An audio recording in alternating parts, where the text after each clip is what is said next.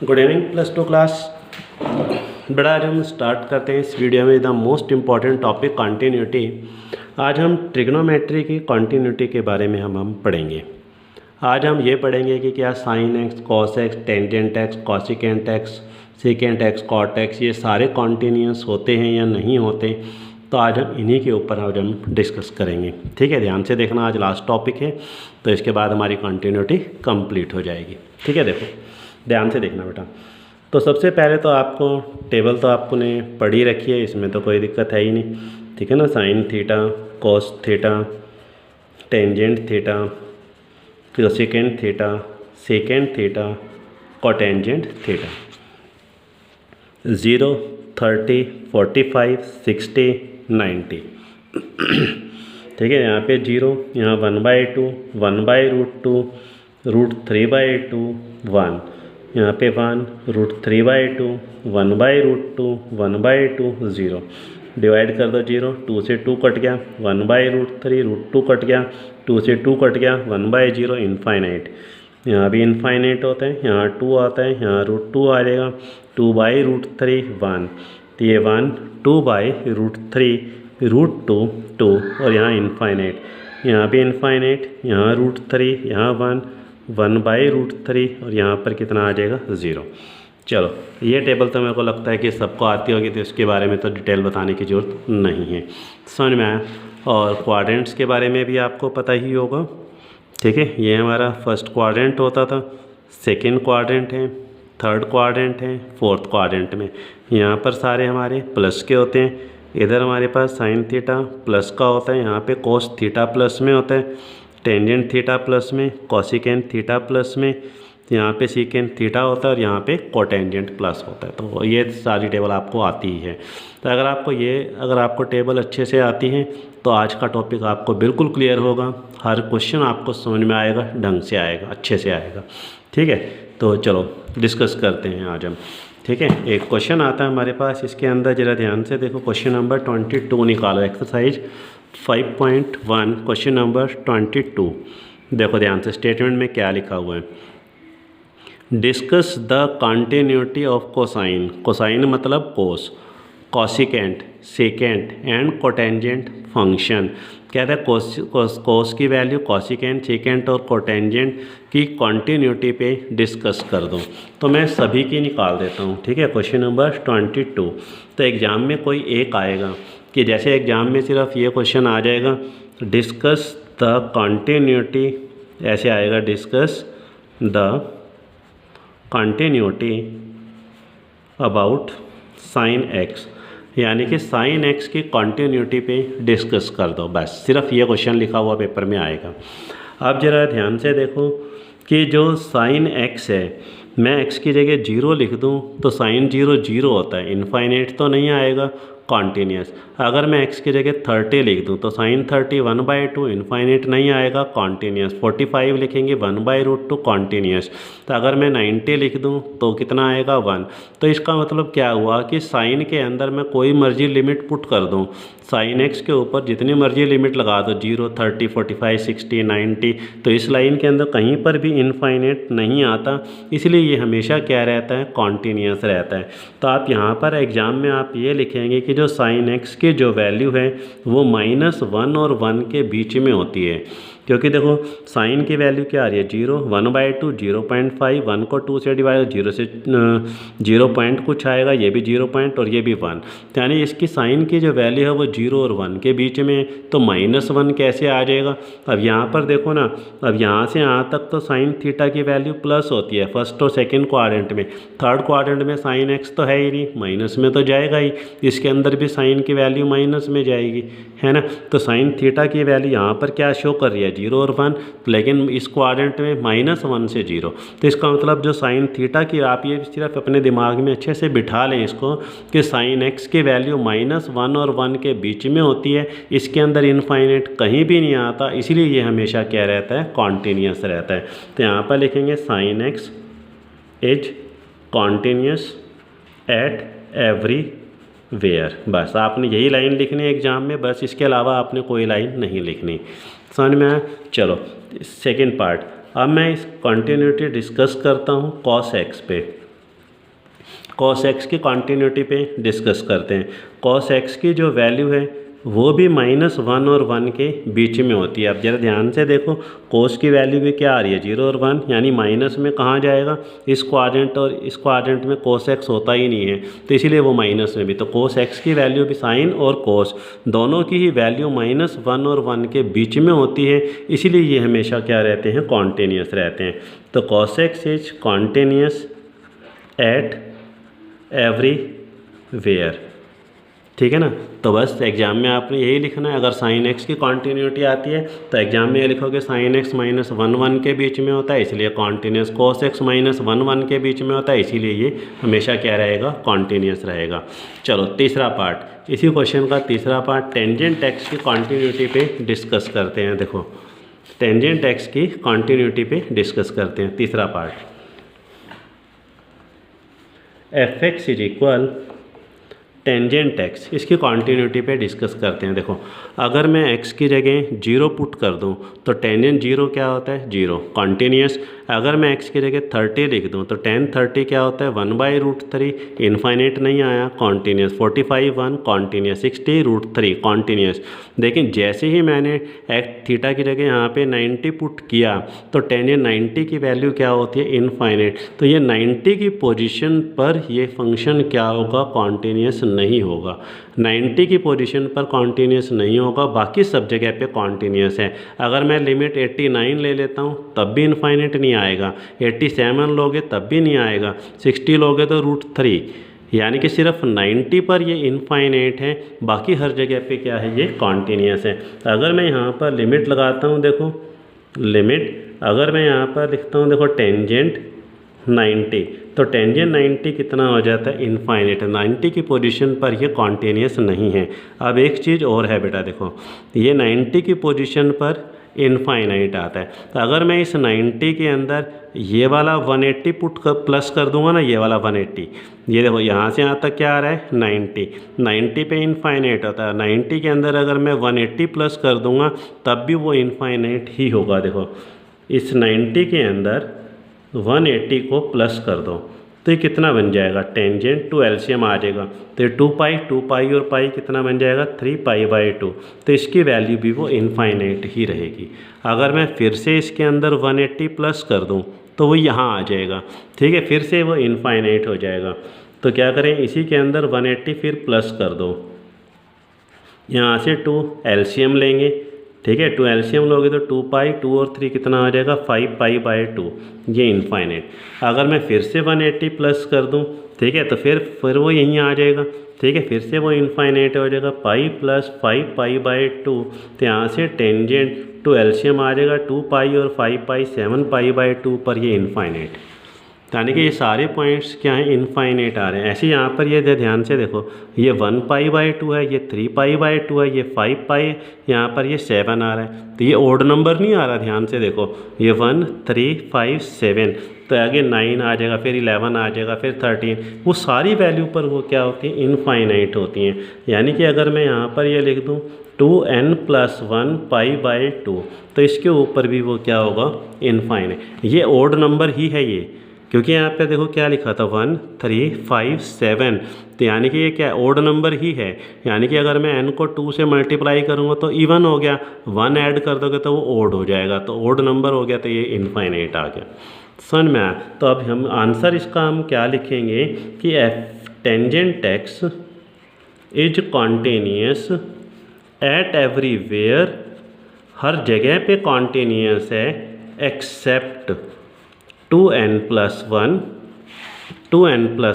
π/2, यानी इस पॉइंट को छोड़कर वो हर जगह के ऊपर क्या आ रहा है, कॉन्टीन्यूअस है। क्योंकि 0 पर तो इनफाइनाइट नहीं आ रहा ना, 0 पर तो कॉन्टीन्यूअस है ना, 30 पर कॉन्टीन्यूअस है, 45 पे है, 60 पे कॉन्टीन्यूअस, 70 पे कॉन्टीन्यूअस, 80 पे, 90 पे नहीं है, समझे।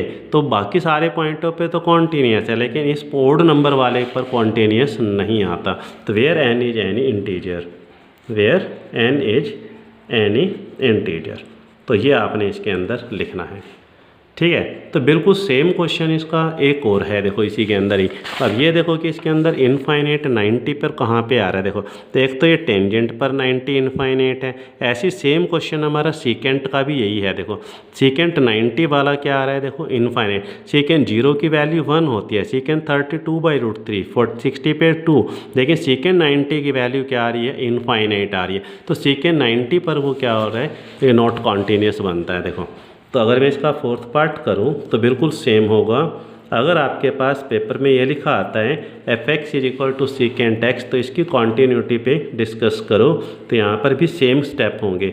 सीकेंट 90 क्या होता है, इनफाइनाइट। फिर मैं अगर इसके अंदर 180 प्लस कर देता हूँ तो कितना बन जाता है, सीकेंट 2 और 1 कितना बन गया, 3π/2, ये इनफाइनाइट हो गया।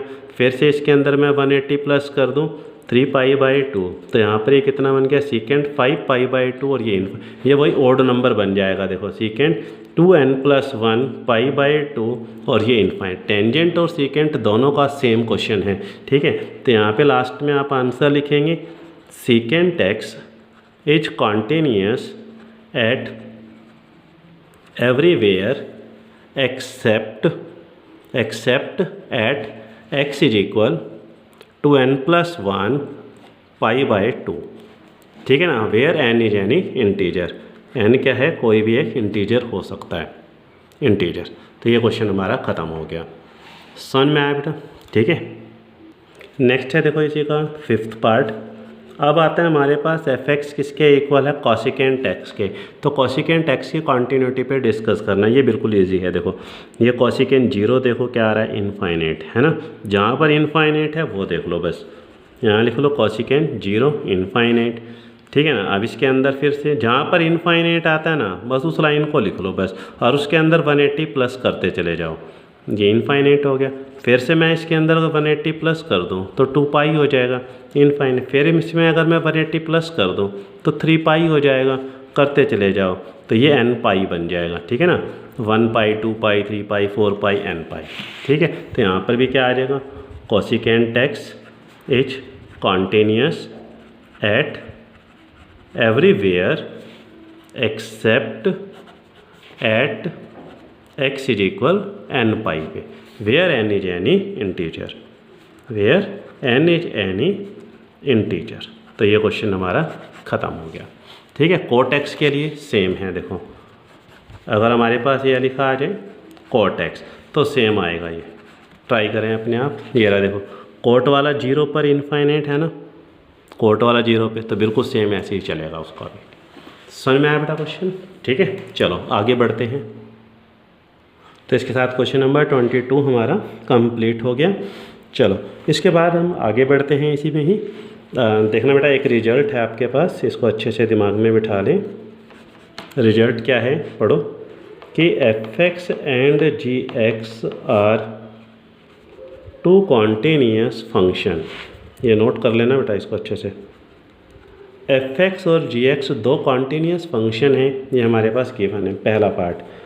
अगर मैं इन दोनों को प्लस कर दूंगा तो भी वो कॉन्टीन्यूअस ही रहेगा। अगर fx कॉन्टीन्यूअस है, ये भी कॉन्टीन्यूअस है, अगर हम इन दोनों को प्लस कर दें तो भी कॉन्टीन्यूअस होगा, ये याद रखें। ये भी कॉन्टीन्यूअस, ये भी कॉन्टीन्यूअस है, दोनों को प्लस करें यानी कि इसमें इनफाइनाइट नहीं आता, इसमें इनफाइनाइट नहीं आता, तो दोनों को प्लस करने से भी इनफाइनाइट नहीं आएगा। सेकेंड, fx में से अगर मैं gx को माइनस कर दूं तो भी वो क्या रहेगा, कॉन्टीन्यूअस। यानी ये भी कॉन्टीन्यूअस, ये भी कॉन्टीन्यूअस है, दोनों को माइनस कर दोगे तो भी वो कॉन्टीन्यूअस रहेगा। थर्ड, fx और gx की अगर हम प्रोडक्ट कर दें तो भी वो क्या रहेगा, कॉन्टीन्यूअस रहेगा, ठीक है ना। ये भी कॉन्टीन्यूअस, कॉन्टीन्यूअस प्लस कर दो, माइनस कर दो, मल्टीप्लाई करने से वो कॉन्टीन्यूअस ही रहता है। नंबर 4, अगर मैं दोनों को डिवाइड कर दूं, ठीक है, तो भी कॉन्टीन्यूअस, बट डिनोमिनेटर 0 नहीं होना चाहिए, ठीक है ना। डिवाइड कर दें तो भी कॉन्टीन्यूअस, बट डिनोमिनेटर 0 ना आए। फिफ्थ पार्ट, अगर मैं दोनों का कंपोजिशन निकाल दूं, f composition gx, is continuous. Composition के बारे में आपको याद होगा, हमने फर्स्ट चैप्टर में पढ़ा था कि दो फंक्शन एक साथ लगाना, दो क्वेश्चन को एक साथ लगाना या दो क्वेश्चन को एक साथ सॉल्व करना ही हमारा कंपोजिशन कहलाता है। यानी दोनों कॉन्टीन्यूस फंक्शन है, दोनों को प्लस कर दो कॉन्टीन्यूस, दोनों को माइनस कर दे कॉन्टीन्यूस, दोनों की प्रोडक्ट कर दे कॉन्टीन्यूस, डिवाइड कर दे कॉन्टीन्यूस और कंपोजिशन कर दे तो वो कॉन्टीन्यूस ही रहता है। समझ में आया बेटा? चलो एक क्वेश्चन है हमारा इसके अंदर, क्वेश्चन नंबर 21। बस 5 मिनट का काम और रह गया, हमारी कॉन्टिन्यूटी ख़त्म। फिर क्वेश्चन नंबर 21 पर आ जाओ। देखो ध्यान से पढ़ो। Discuss the continuity of the following function. कह रहे हैं इनकी कॉन्टिन्यूटी पे डिस्कस करो। कह रहे हैं एफ एक्स कितना है, sine x plus cos x. कह रहे हैं इन दोनों को प्लस कर दो तो क्या ये कॉन्टीन्यूस होगा, sine x minus cos x continuous होगा, या साइन एक्स को कॉस एक्स से प्रोडक्ट कर दो तो कॉन्टीन्यूस होगा या नहीं होगा। तो इसकी कॉन्टीन्यूटी पे डिस्कस कर दो। देखो तो क्वेश्चन नंबर 21, अब जरा ध्यान से देखो कैसे करना है। देखो साइन एक्स की वैल्यू -1 और 1 के बीच में होती है, अभी मैंने बताया था। कॉस एक्स की वैल्यू भी -1 और 1 के बीच में होती है, क्योंकि साइन वाई लाइन में और कॉस वाई लाइन में कहीं पर भी इनफाइनाइट नहीं आता। तो sine x and cos x are continuous, sine x and cos x are continuous at everywhere, at everywhere. क्योंकि इसके अंदर इनफाइनाइट कोई भी लिमिट पुट करो कभी भी इनफाइनाइट नहीं है, तो साइन एक्स भी कॉन्टीन्यूस कॉस एक्स भी कॉन्टीन्यूस। तो अगर मैं इन दोनों को प्लस कर दूँ तो भी वो क्या रहेगा, कॉन्टीन्यूस। अभी मैंने बताया ये कॉन्टीन्यूस कॉन्टीन्यूस प्लस करके वो कॉन्टीन्यूस ही होता है। Sine x plus cos x is also continuous at everywhere.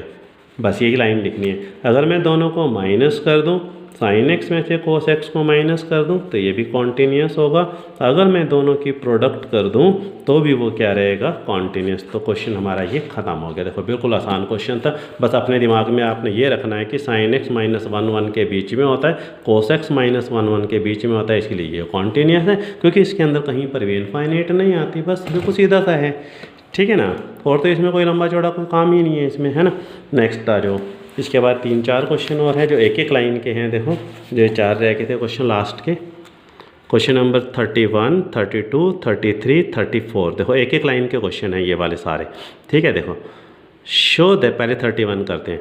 Show that the function defined by एक एफ एक्स गिवन है कितना, cos x square is continuous function. कहता है प्रूव कर दो कि ये जो फंक्शन लिखा है कोस एक्स स्क्वायर, कहता है ये कॉन्टीन्यूस फंक्शन है, ये हमने प्रूव करके दिखाना है, ठीक है। देखो कैसे,